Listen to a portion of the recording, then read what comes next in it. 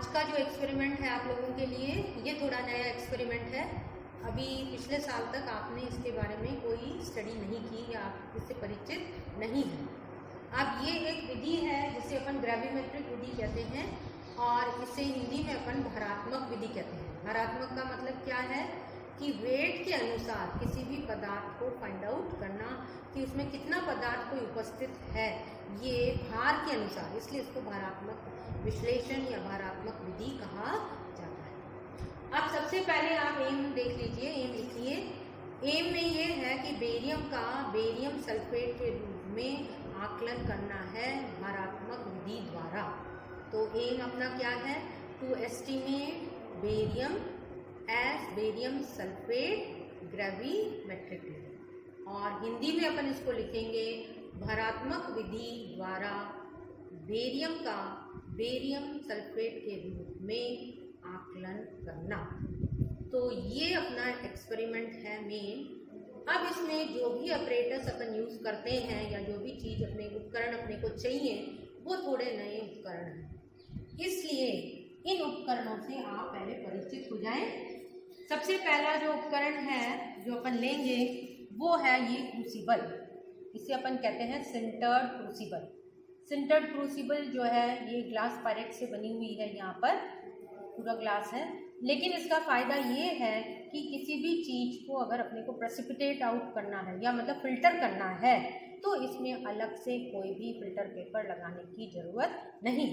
ये आप देखेंगे इसके अंदर ये वाइट सी है या लेयर जो है ये फ़िल्टर पेपर की तरह ही कार्य करती हैं, और इनके पोर्स की साइज़, पोर्स का मतलब जो छेद होते हैं उनकी साइज़ के अनुसार इसको अपन ने G1, G2, G3, G4 और G5 क्रूसिबल्स में डिवाइड किया गया। G1 का मतलब ये है कि जिसमें कि जिसके साइज़ बड़े होते हैं, पोर साइज़ जो है वो बड़ा होता है, और G5 जो है उसमें पोर साइज़ छोटा होता है। मतलब बैक्टीरियल अगर कोई अपने को फ़िल्टर करना है, बैक्टीरियल एनालिसिस करनी है, तो उसमें अपन G5 क्रूसिबल यूज़ करते हैं। इसमें कैसे फ़िल्टर करते हैं? 30 ml का ये है। कोई भी जो भी सोल्यूशन या विलियन प्रेसिपिटेट के साथ इसके अंदर अपन डाल देते हैं और फिर अपन इसको फ़िल्टर पंप के ऊपर लगा देते हैं। अभी फ़िल्टर पंप भी अब मैं आपको दिखा दूंगी कि कैसे होता है और क्रूसिबल उस पर किस तरीके से लगती है। जैसे ही पंप अपन चलाते हैं तो पानी या लिक्विड पार्ट इसमें से निकल जाता है और अपना अवक्षेप जो है वो इसके ऊपर रह जाता है। तो ये है सिंटर्ड क्रूसिबल G3 जो कि अपन यहाँ पर यूज़ करेंगे। अब ग्रेविमेट्रिक एनालिसिस में क्योंकि भारात्मक विश्लेषण है, इसलिए पदार्थ या कोई भी भार जो है वो एक्स्ट्रा नहीं आना चाहिए। अर्थात अगर अपने हाथ में भी कोई पार्टिकल्स लगे हुए हैं और अपन ने इसको इस तरीके से पकड़ लिया तो हो सकता है कि वो पार्टिकल इस पर चिपक जाए, और जब ये इस पर चिपक जाएगा तो जब अपन इसका भार फाइंड आउट करेंगे, अपने को भार केवल किसका फाइंड आउट करना है? जो प्रेसिपिटेट आया, अवक्षेप। लेकिन जब अपन इसको हाथ से उठाएंगे, इधर उधर करेंगे, तो हो सकता है मैंने टेबल पर रख दी तो टेबल पे भी कोई चीज़ पड़ी और वो इससे चिपक जाए।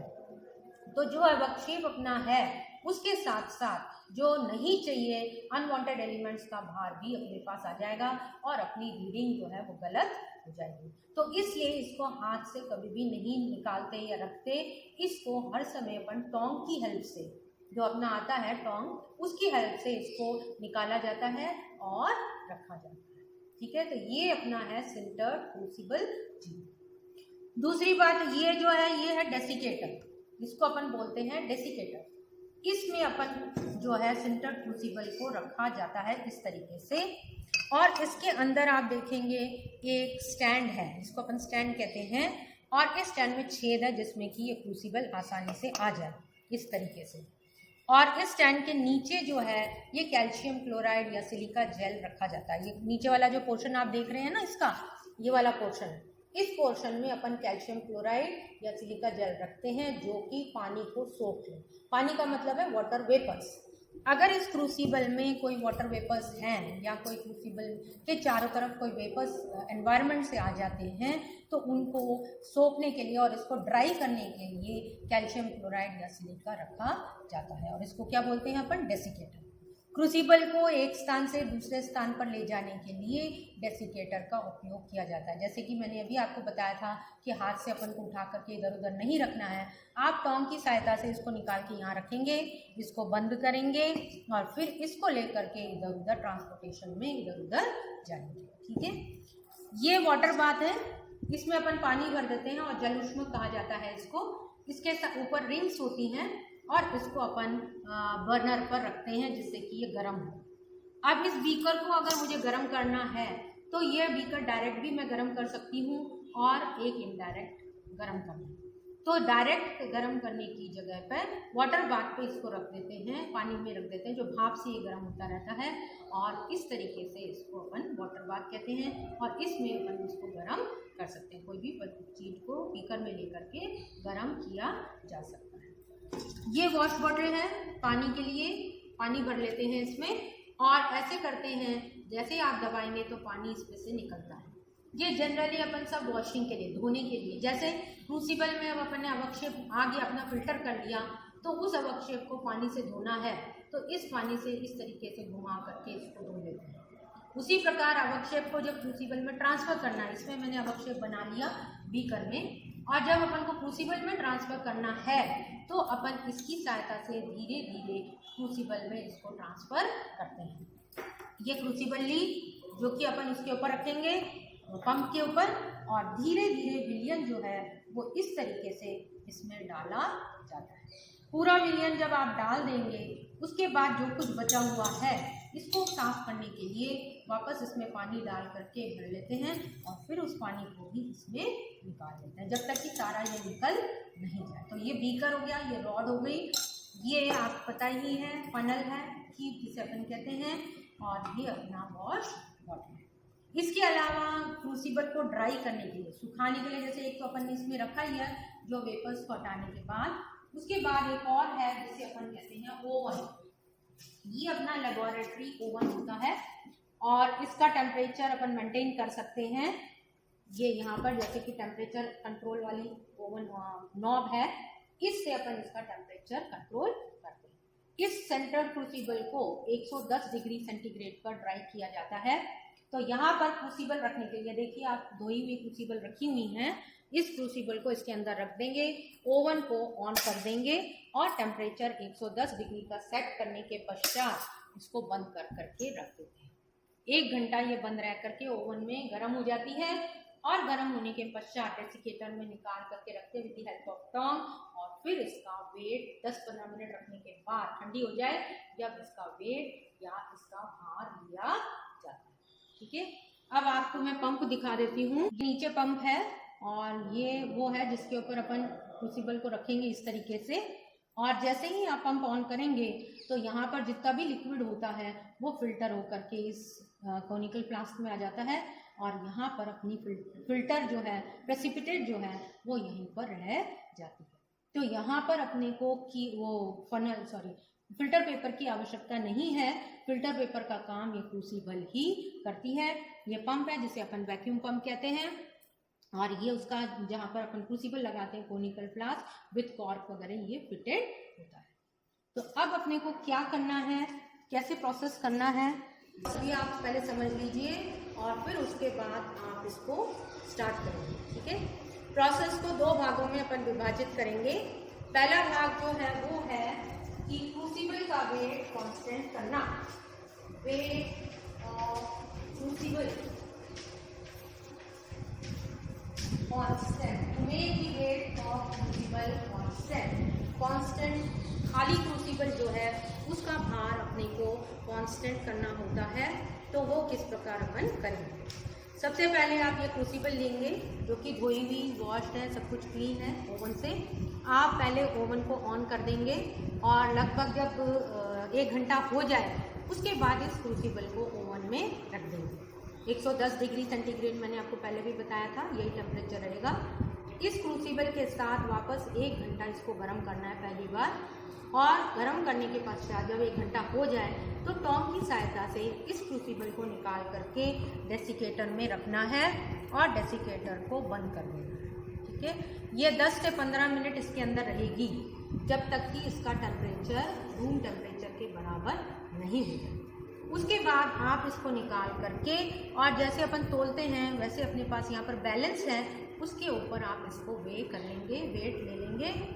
ये वेट आपका 1 नंबर वेट आएगा, W1 जिसे अपन कहते हैं। अब इस वेट के बाद वापस क्रूसिबल को आप ओवन में रखेंगे और उसी तरीके से 1 घंटा गर्म करेंगे।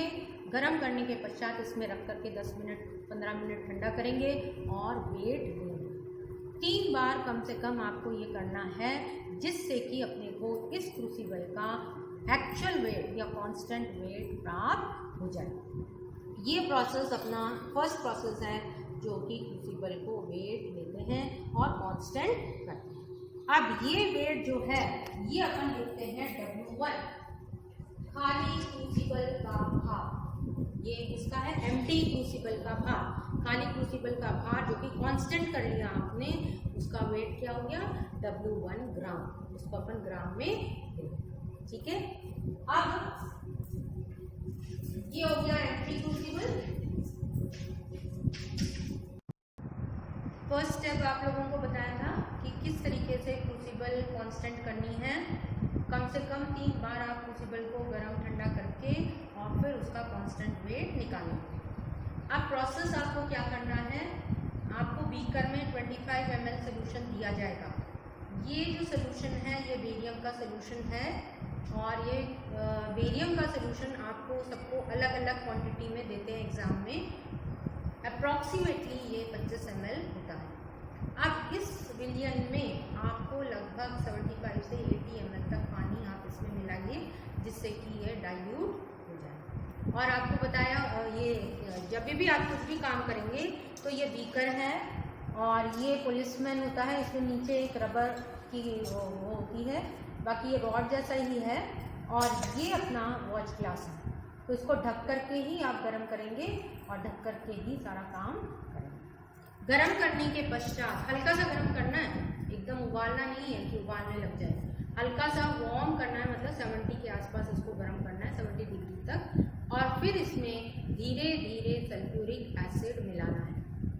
ये जो सल्फ्यूरिक एसिड आप मिलाएंगे ये कोई भी रैक से नहीं लेना है, कोई भी चीज़ इस एस्टिमेशन में रैक या इधर उधर से नहीं लेनी है।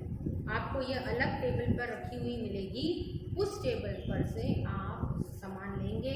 पानी भी आपको डिस्टिल वाटर लेना है, आपको पता है वॉश वाटर में इसी तरीके से सल्फ्यूरिक एसिड बना हुआ मिलेगा आपको, और वो इस टेबल से आपको लेना है।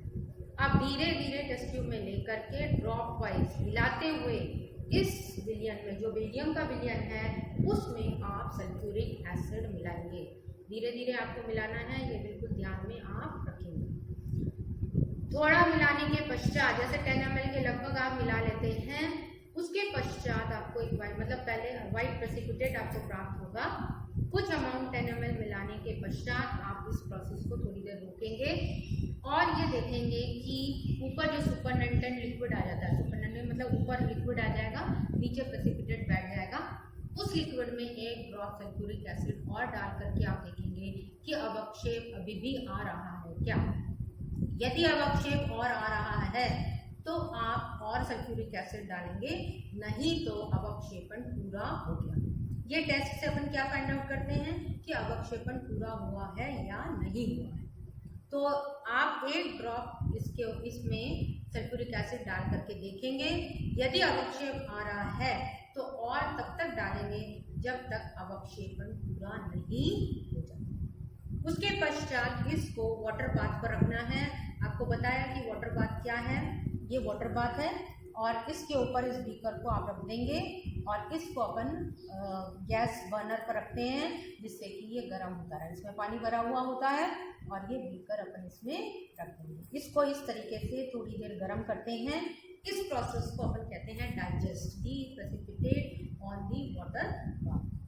जब ये हो जाएगा फिर इसको उतार के बीकर को रख लीजिएगा थोड़ी देर के लिए, और फिर इसको सिंटर क्रूसिबल ले करके और अपना जो वैक्यूम पंप है उसमें जा करके इसको फिल्टर करेंगे। आप सोल्यूशन क्रूसिबल में डालते जाएंगे, पंप चलता जाएगा, आपका प्रेसिपिटेट ऊपर रह जाएगा और जो लिक्विड है वो फिल्ट्रेट है वो सारा का सारा आपका कोनिकल फ्लास्क में आ जाएगा। पूरा फिल्टर होने के पश्चात जब ये बीकर बिल्कुल खाली हो, मतलब पूरा आपने ट्रांसफर कर दिया, फिर आप ये जो अवक्षेप है इसको वॉश वाटर से इसमें पानी डाल करके पूरा निकाल लेंगे। रबर ट्यूबिंग इसके ऊपर उपस्थित होती है इसमें, और इसको धीरे धीरे करके वापस क्रूसिबल में डाल देंगे। तो ऐसे करके जितना भी इसमें अवक्षेप है सारा का सारा क्रूसिबल में ट्रांसफर कर देंगे और फिल्टर कर देंगे। फिल्टर होने के पश्चात उसको भी जो प्रेसिपिटेट है उसको भी पानी से 2-3 बार वॉशिंग्स देंगे, और नीचे जो फिल्ट्रेट है उसमें ये टेस्ट करेंगे कि इसमें कोई क्लोराइड आयन ना रह गया। तो इस तरीके से बेरियम सल्फेट सल्फ्यूरिक एसिड डालेंगे। अगर वाइट प्रेसिपिटेट आ रहा है तो इसकी वॉशिंग और अपने को करनी पड़ेगी जिससे कि ये फ्री हो जाए। उसके पश्चात फिल्टर करने के बाद इसको वॉशिंग कर ली आपने वाटर से, जैसे मैंने बताया। फिर आप इसको ओवन में रख देंगे। क्रूसिबल को ओवन में रखना है 110 डिग्री सेंटीग्रेड पर कम से कम 1 घंटा। अब आपकी क्रूसिबल में अवक्षेप भी है और क्रूसिबल भी है, दोनों चीज़ें हैं, तो इसलिए इसको ध्यान से आप रखेंगे और 1 घंटा इसको गर्म करेंगे। फिर उसी प्रोसेस को निभाना है, निकाल करके डेसिकेटर में 15-20 मिनट के लिए ठंडा करोगे, फिर इसका वेट लोगे, वापस 1 घंटा इसको ओवन में रखना है, इलेक्ट्रिक ओवन में, और निकाल करके क्रूसिबल में रख के और इसका वेट लेना है। कितनी बार करना है? जब तक कि कांस्टेंट वेट अपने को प्राप्त ना हो जाए। पहले आपने जो कांस्टेंट वेट प्राप्त किया था वो क्रूसिबल का था, उसमें भी यही प्रोसेस किया था, और अब आपको क्रूसिबल प्लस अवक्षेप दोनों का वेट निकालना है और उसका वेट कांस्टेंट करना है। तो प्रोसेस वही है, प्रोसीजर वही है। आप पहले ओवन में रखेंगे, 1 घंटा उसको गर्म करेंगे, फिर ठंडा करके उसका वेट अपने को लेना है। आपको ध्यान में रखना है कि हाथ से अपने को क्रूसिबल नहीं उठानी है, टोंग की सहायता से अंदर बाहर जो भी करना है टोंग की सहायता से आप इसको यहाँ से वहाँ मूव या एक जगह से दूसरी जगह, जैसे बाहर निकालना ओवन से या ओवन के अंदर रखना है तो टोंग की सहायता से आप उसको करेंगे। ये जो वेट आएगा ये अपना W2 हो जाएगा, और खाली क्रूसिबल का वेट जो मैंने पहले लिखा था वो W1। ठीक है। अब ऑब्जर्वेशन और कैलकुलेशन। ऑब्जर्वेशन और कैलकुलेशन में ज़्यादा यहाँ पर कोई ऑब्जर्वेशन नहीं है, लेकिन काम बहुत है। पहला observation, weight of the empty crucible कैसे कांस्टेंट किया था आपको पता ही है, वो वेट जो है वो W1 ग्राम हो गया। दूसरा, weight of crucible plus precipitate, filtration के बाद जो अपन ने सारा ड्राई वगैरह किया, कांस्टेंट वेट आ गया, वो अपना हो गया W2। तो वेट ऑफ दी प्रेसिपिटेट कितना हो जाएगा? W2 माइनस W1 ग्राम। ये आपका रिजल्ट आएगा। Weight of barium sulphate in given solution is so many gram. तो ये ऑब्जर्वेशन और ये प्रोसीजर आपको लिखना है। प्रोसीजर में आप दोनों स्टेप्स लिखेंगे। पहला स्टेप जो था कि कैसे क्रूसिबल को कांस्टेंट करते हैं, वो भी विधि आप एक बार लिखेंगे जिससे कि आपको याद रहे और एग्जाम में उस समय आपको कोई दिक्कत नहीं हो। तो वो विधि लिखने के बाद सेकेंड स्टेप में आप ये वाली लिखेंगे कि किस तरीके से बेरियम का बेरियम सल्फेट के रूप में अपन आंकलन करते हैं। ठीक है।